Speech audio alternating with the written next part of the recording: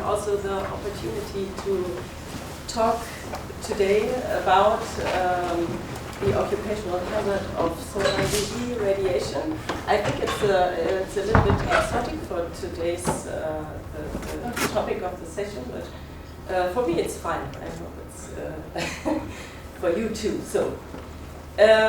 Yeah, thank you very much for the opportunity to talk about this today, and also to give you a very brief insight into some of our projects which are dealing with solar UV radiation and prevention of the occupational hazard. So, first of all, I want to briefly introduce the problem that we have with solar UV radiation. So we know a lot about solar UV radiation, so how it's acting with or interfering with the body, and mainly the skin and the eyes, and the damaging effect it has. So we already know we have a global problem in terms of high incident rates of skin cancer due to solar UV radiation. And we already know, as I said before, that high cumulative or high exposure due to solar UV radiation is the main factor, the main risk factor for skin cancer. And what we already know also is that we could substantially decrease, or can substantially decrease, the incidences by the implementation of protective measures. This is what we already know. But reality is a little bit different from what we know, because we have large problems due to insufficient use of protective equipment against solar UV radiation. So, as I said before, we could substantially decrease skin cancer, but people are not using the protective equipment properly. And another problem is that most of the people, so the employees, don't know much about the hazard they are exposed to. So, as it's written down here, knowledge is largely inadequate. So this is the problem we face. And then we have another problem, because UV exposure and climate change are directly related to each other. So this is a nice paper which is describing a little bit the connection between climate change and its effect on skin cancer due to several effects. So one of the effects are due to meteorological changes, for example, due to altering composition of the ozone layer, because the ozone layer is kind of a filter for incoming radiation from the sun, mainly also in the UV range. And as the composition of the composition of the ozone layer is changing, also the amount of UV radiation on the Earth's surface is changing as well. And the higher the amount of UV radiation on the Earth's surface, the higher the occupational hazard will be, and is already. And we have also some other effects that we see, some other meteorological effects. For example, this is a German, I think it's a very regionally different problem. So in Germany we have actually increased sunshine duration.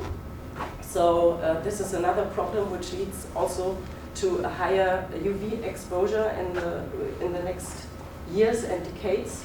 And another effect, this is a publication which was recently published, is that we have changes in cloud cover, which will lead also to higher amounts of UV exposure, mainly not only in the occupational sector but also in the leisure time. So another problem which will lead to higher exposure of all people is that it's expected mainly due to, for example, increased sunshine duration, that people change their behavior. So if it's sunny outside, you want to stay outside and want to stay in the sun because it feels good. Better than stay outside in the rain, for example. And so it is expected that all these meteorological changes will also lead to higher UV exposure due to behavioral changes. So there are some estimations on how high this effect will be in terms of skin cancer incidence. And as you can see here, this is only this is a kind of general estimation. So 1% reduction of the ozone layer will lead to an increase of SCC is a squamous cell carcinoma, a kind of skin cancer, and BCC is basal cell carcinoma, also another entity of skin cancer. Which is SCC is in Germany acknowledged as occupational disease, and this is why these numbers are very important for us. And as you can see here, the estimations for Germany are that we will have, due to all these effects, about 2,500 to 3,300 skin cancer cases per year, an increase of. And we already have a lot of skin cancer cases already. So yeah, and this is kind of connected to climate change. This is also the only the tip of the iceberg. Okay, where is the animation? Okay, what I now want to focus on is how can successful prevention of skin cancer can or could work. And I think there are three main or key components which could lead to successful prevention. The first is knowledge. So knowledge, for example, on vulnerable groups. So who have I to address for prevention? And this is not, I think we have somebody in mind, for example, in the occupational sector. We know already, or we could already say all the people who are working outdoors a lot, but we were mainly interested in the exact numbers of people affected. And this is why a colleague of mine who's sitting over there initiated a large study on measurement of occupational and leisure time UV exposure. And this was and is the basis for prevention, because it leads to numbers where we can say, okay, we have X people in the building sector, for example, or in the agricultural sector, but we also had, during these studies, a lot of people where we didn't thought about at the first moment. So it was quite surprising. So if you are interested in further results, please refer to this publication. And there is a database behind it, so which is freely accessible, so you can also look at it. And yeah, I think some of the occupations which were involved in these measurements can be transferred also to other countries. I think not all of them, because we realized in some other international projects we had that the description of an occupation can be very different in different countries. So the occupational tasks with which are associated to an occupational group. So yeah, but this is, I think, for orientation, this could be very valid. But on the other hand, so now we already know who to address, but then you have to think further and think about the specific needs of the occupational groups, because not all of them are to be addressed at the same manner. So, for example, for the building sector, you need to think about yeah, what do they know and how to transport knowledge to them so that they will accept for example, the specific interventions. So this is another study. This is not from our group, but this is another study which is, you can see here, there are different correlates and determinants. For example, gender and age will be important to include in your prevention strategies, or for example, the self-perceived sun sensitivity, because this is also a very big problem when people don't know much about it. They underestimate their sensitivity, for example. And then you have to choose, do you want to address all the different components for UV protection, or do you want to focus on one, for example? And then you have several possibilities. For example, do you want to act on the individual level, or do you want to have a more general level, for example, here, multi-level interventions? Yeah, and this is what you have to work out. So you have to focus on the specific target group, and then tailor your prevention concept to this. So if we before we go further, I just wanted to summarize one of the biggest problems we have, which is attitudes towards sun protection. Because, as I said before, we have a large problem with compliance, and there is a study which was asking people what the problems are. And as you can see here, these are some of the findings here from this study here. There are many misbeliefs concerning UV protective equipment, but also reservations. For example, long clothing increases sweating. For example, this is one of the things we hear the most, I think. And another problem, as I said before, is underestimated UV intensity in Germany, and I think in most of the European countries it could be the same. So this is what we see here. One of the most relevant problems is the limited risk awareness, and this is why you have to talk about it a lot, as I am doing right now. So repeating several times.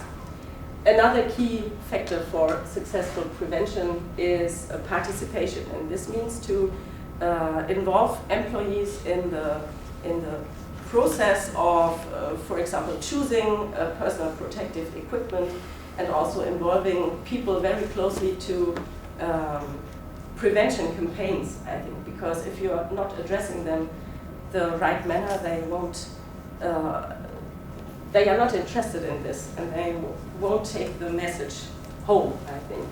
So here are some of our projects in this, or which are targeting to address this part of participation. For example, we have a project on wearing tests of long-sleeved shirts for with UV protection, and what we also did was to assess if the UPF of the clothing is the same in our measurement is the same as it is announced by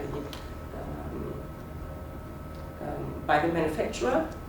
And yeah, the good news was that it was for the most of the clothing, it was the same as announced by the manufacturer. And one of the outcomes of this project, and yeah, this is very practical, I think, was a kind of checklist for employers and employees to choose the protective equipment. So you cannot read this, and I also cannot read this from here, but it's, yeah, it is visibility, for example. This is one of the factors, or for example, how to wash the shirts, and these are several factors which highly affect people in choosing PPE. We have another project which is aiming to test and certify sunscreens for occupational use. So as you can see here, these are the ISO standards for sunscreens in Europe. So you have, if you want to sell your products, you have to meet these standards. And what we are doing is now, based on another project and another publication, we are developing testing principle or testing routine for so-called occupational criteria for occupational usage. And as you can see here, it's focusing on the time of absorption, but also, for example, sand and dust adherence and grip interference. So if it's very slippery when you have some product left on your hands, for example. And this is a project which is ongoing, so we will see when how it ends, I think. And then we have another project which is dealing with designing of a multi-performance shirt with a cooling effect. So a cooling effect due to I think maybe material composition. So not active cooling, but rather a passive cooling.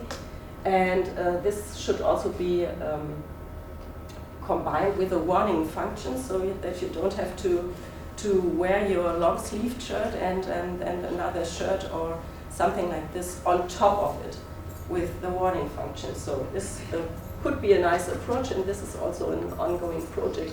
So here are the links to the project description, so if you are interested, then please refer to these links later on.